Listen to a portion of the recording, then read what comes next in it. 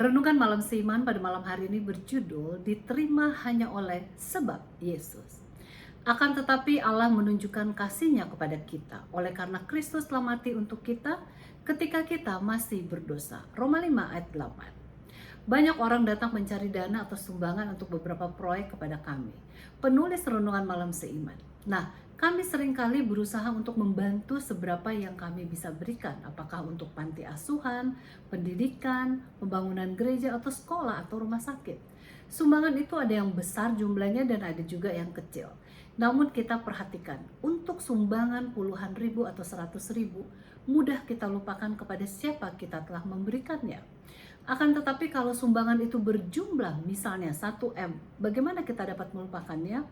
Kita dapatkan lebih besar kita menyumbang, maka lebih pasti kita mengingatnya dan memberikan nilai yang lebih tinggi atas sumbangan tersebut. Nah, pemberian agung dan tidak ternilai dari Tuhan adalah Yesus Kristus yang membuat suatu kepastian bahwa kita diterima oleh Tuhan. Mengapa? Karena pengorbanan Yesus telah diterima. Tuhan tidak pernah melupakan kita ataupun meninggalkan kita sendiri setelah membayar harga yang begitu besar untuk keselamatan kita. Kita dapat bersyukur dan memuji Tuhan setiap hari atas kasih karunia-Nya tersebut. Sesuai dengan Roma 4 ayat 3, Tuhan membenarkan orang yang durhaka. Tuhan menerima orang berdosa bila mereka datang kepadanya sebagaimana adanya.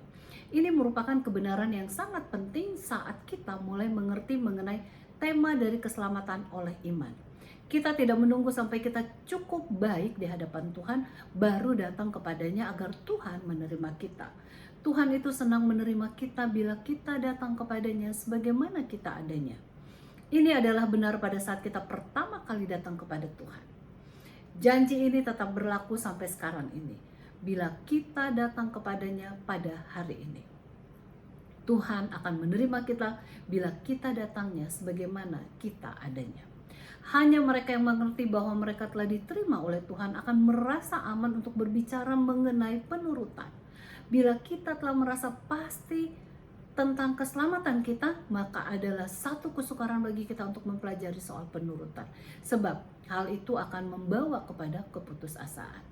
Bila seseorang berdosa memberikan sambutan kepada kuasa Roh Kudus yang menguduskannya, maka ia akan datang kepada Tuhan sebagaimana adanya, sebab Yesus akan membenarkan dia di hadapan Tuhan. Tidak ada yang seseorang dapat buat untuk melayakkan dirinya untuk keselamatannya.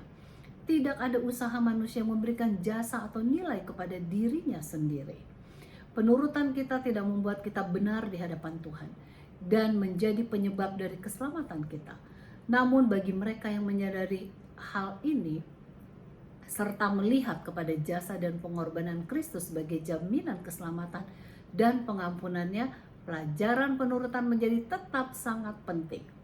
Segera setelah kita mengerti fondasi dari keselamatan, maka kita akan mulai membangun di atas fondasi tersebut. Dan kita akan memiliki bangunan kehidupan yang penuh penurutan dengan kokoh. Sebab dasarnya adalah Yesus Kristus. Kiranya Tuhan memberkati.